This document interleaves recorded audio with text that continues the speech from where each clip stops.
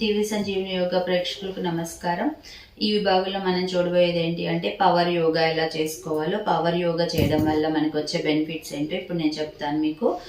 చూడండి, మీరు పవర్ యోగా చేసినా ఏ యోగా హస్తాంగ లేదు, రాజయోగా లేదు, కుండలిని యోగా ఏది చేసినా మనకి యోగా అనేది మన శ్వాస మీదే డిపెండ్ అయి ఉంటుంది. మీరు శ్వాస కరెక్ట్గా చేస్తే బెనిఫిట్స్ అనేవి మీకు ప్రాక్టీస్ మొదలుపెట్టిన ఫస్ట్ డే నుంచి వస్తాయి. ఇది ఎవరు చేయొచ్చు, ఎవరు చేయకూడదు అంటే హై లో బ్లడ్ ప్రెషర్ ఉన్న వాళ్ళు చేయకూడదు.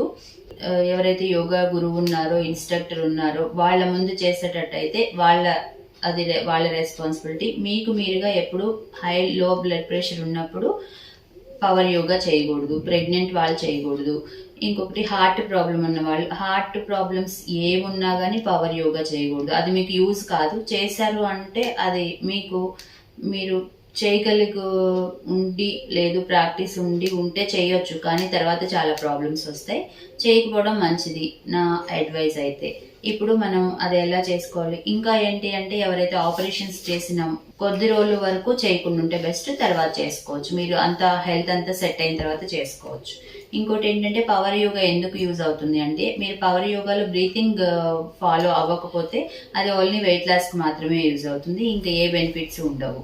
అలాగే మీరు పవర్ యోగాలో టైం మెయింటైన్ చేయాలి. ఇన్ని ఆసనాస్ ఇంత టైంలో చేయాలి అనేది చేయాలి. అలా చేసినప్పుడు మీకు రిజల్ట్ అనేది మీరు అనుకునే రిజల్ట్ వస్తుంది. కానీ health wise power yoga health problems తగ్గించడానికి అయితే కాదు. యాక్చువల్గా పవర్ యోగా ఇంటెన్షన్ ఏంటి అంటే వెయిట్ మాత్రమే తగ్గిస్తుంది. ఇప్పుడు మనం పవర్ యోగా ఎలా చేయాలి, ఒక 2 minutes, 3 minutes, 8 minutes మీరు కనుక టైం పెట్టుకుంటే ఆ టైంలో మీరు ఇన్ని ఆసనాస్ అని లిస్ట్ పెట్టుకొని ఫాస్ట్గా చెయ్యాలి. ఒక ఆసనం తర్వాత అంటే బ్రేక్ లేకుండా ఆసన కంటిన్యూ చేసుకుంటూ వెళ్ళాలి. అలా ఎలా చేయాలో నేను ఒక ఎగ్జాంపుల్ చూపిస్తాను. మీరు చూసి ఐడియా తెచ్చుకొని చేసుకోగలిగితే చేసుకోండి. ఇప్పుడు ఎలా చేయాలో చూద్దాం టైం వేస్ట్ చేయకుండా. చక్కగా మీరు బటర్ఫ్లై నుంచి స్టార్ట్ చేశారంటే దీంట్లో వార్మప్స్ కూడా వచ్చేస్తాయి. లేదు, విడిగా వార్మప్స్ వీడియోస్ ఉన్నాయి కదా మనకి, అవి చూసి ఫస్ట్ వార్మప్స్ ఫినిష్ చేసి తర్వాత ఆసన స్టార్ట్ చేయండి టైం పెట్టుకొని. చక్కగా నేను బటర్ఫ్లై దగ్గర నుంచి చూపిస్తాను. ఇలా ఒక 50 times మీరు బటర్ఫ్లై చేసుకున్నారంటే మీ నడుము, కాళ్ళు బాగా ఫ్లెక్సిబుల్ అవుతాయి, ఆసనాస్ వేసుకోవడానికి వీలుగా ఉంటుంది అన్నమాట. తర్వాత మీరు చక్కగా చెయ్యి పైకి లేపుకోవాలి శ్వాస తీసుకుంటూ. అదే ఆసనాన్ని ఇంకోవైపు మీరు ఏ ఆసనం చేసినా 2 వైపులు చేయడానికి ట్రై చేయండి. బద్ధ కోణాసన, బ్యాక్వర్డ్ బెండ్, బద్ధ కోణాసన. బద్ధ కోణాసన, బ్యాక్వర్డ్ స్ట్రెచ్, బద్ధ కోణాసన, side stretch, other side stretch. Next Bhujangasana, Shashankasana, Chaturanga Dandasana, Mountain Pose, Purna Bhujangasana. ఇలా మీరు ఫాస్ట్గా 1 by 1 చేసుకుంటూ ఉండాలి. శశంకాసన, పిజన్ ఫోల్డింగ్ ఆసన, same asana other side.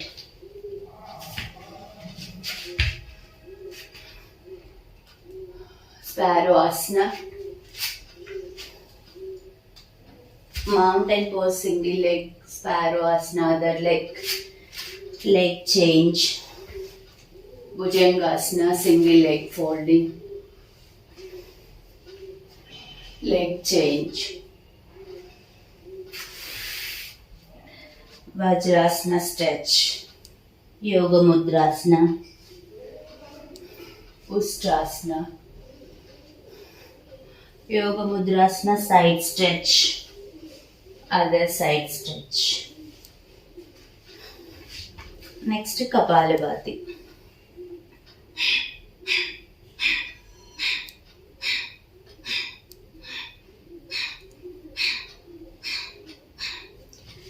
Next పవను, నెక్స్ట్ మండూకాసన.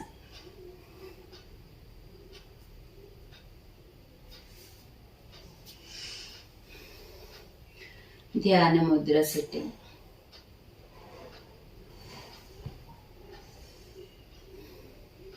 నెమ్మదిగా 2 చేతులు ఇలా రబ్ చేసుకొని ఇక్కడ చూస్తున్నాను మీ ముఖానికి శరీరానికి ఇచ్చుకోండి. చూసారు కదా, ఒక ఆసనం తర్వాత ఒక ఆసనం రిలాక్సేషన్ లేకుండా, గ్యాప్ తీసుకోకుండా మీరు కంటిన్యూగా వేసుకుంటూ రావాలి. అప్పుడు మీ బాడీ అంతా స్వెట్ వస్తుంది. లైక్ సూర్య నమస్కారాలు చేస్తే మనకి ఎలా బాడీ అంతా చెమట పట్టేస్తుందో అలా దీంట్లో కూడా మనకి కొన్ని ఆసనాస్ లిస్ట్ అవుట్ చేసుకొని మనం చేసుకున్నామంటే, కానీ ఒక backward bend, forward bend, side bendings ఇలా ఉన్నప్పుడు మాత్రమే మీకు అది యూస్ఫుల్ అవుతుంది అనమాట.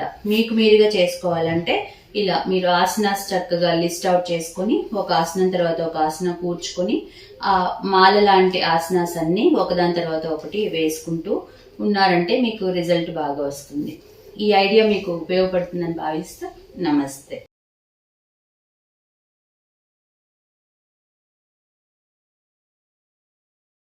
ఈ వీడియో మీకు నచ్చినట్లయితే లైక్ మరియు షేర్ చేయండి. మీ అమూల్యమైన అభిప్రాయాన్ని కామెంట్ రూపంలో తెలియచేయండి. ఇలాంటి మరిన్ని వీడియోస్ కోసం మా ఛానల్ను సబ్స్క్రైబ్ చేసి పక్కనే ఉన్న గంట సింబల్ను నొక్కండి.